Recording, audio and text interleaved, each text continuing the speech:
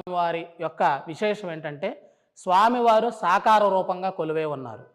ఇక్కడ మనం బాగా తెలుసుకోవాల్సిన విషయం ఏంటంటే ఈశ్వర తత్వం అనేటువంటిది శనిదేవుడికి ఉపాదించారు. ఎందుకు ఉపాదించారంటే ఈ సకల చరాచర సృష్టిలో సాకార రూపం మరియు నిరాకార రూపంలో పూజలు అందుకున్నటువంటి దేవుడు ఎవరైనా ఉన్నారంటే వారికి ఈశ్వర శబ్దాన్ని ఆపాదించవచ్చు అన్నమాట.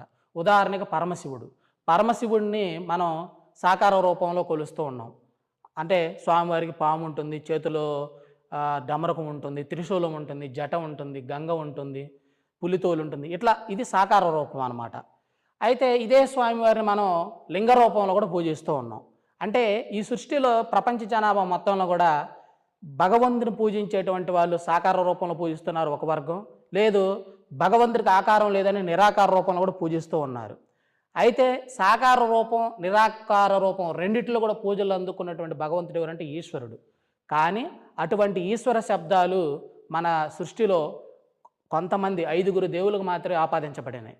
అది పరమేశ్వరుడు, వెంకటేశ్వరుడు, విఘ్నేశ్వరుడు, సుబ్రహ్మణ్యేశ్వరుడు, తర్వాత శనీశ్వరుడు.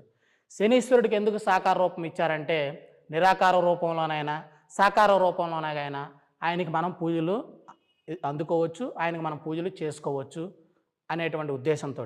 కాకపోతే మనకి ఎక్కడ చూసినా కానీ చాలా నిరాకార రూపంలోనే స్వామివారి పూజలు అందుకుంటున్నాడు.